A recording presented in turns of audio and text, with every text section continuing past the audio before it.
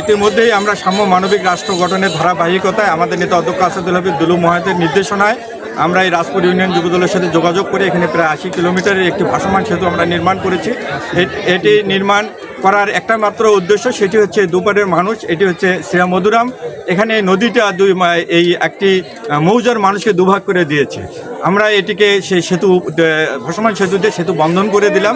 এখন এই অঞ্চলের মানুষ এখানে সহজে এসে বাজারঘাট করতে পারবে। এই অঞ্চলের ছাত্ররা এই পাশে শিক্ষা প্রতিষ্ঠান রয়েছে, তারা নিরাপদে আছে শিক্ষা গ্রহণ করতে পারবে।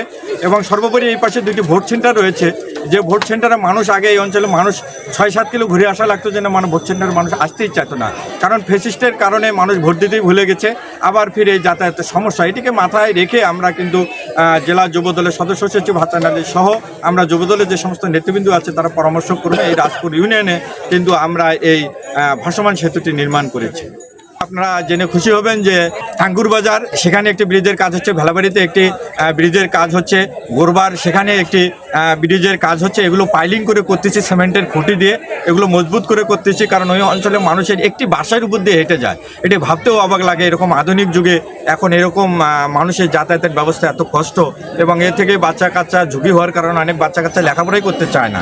এই জিনিসগুলো মাথায় রেখে আমরা যুবদলের আর্থিকভাবে সহযোগিতা নিয়ে, আমাদের নেতাকর্মীর সহযোগিতা নিয়ে এই কাজগুলো আমরা করে যাচ্ছি।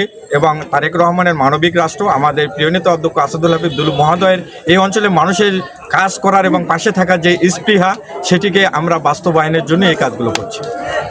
দৈনিক আজকের বাংলা .net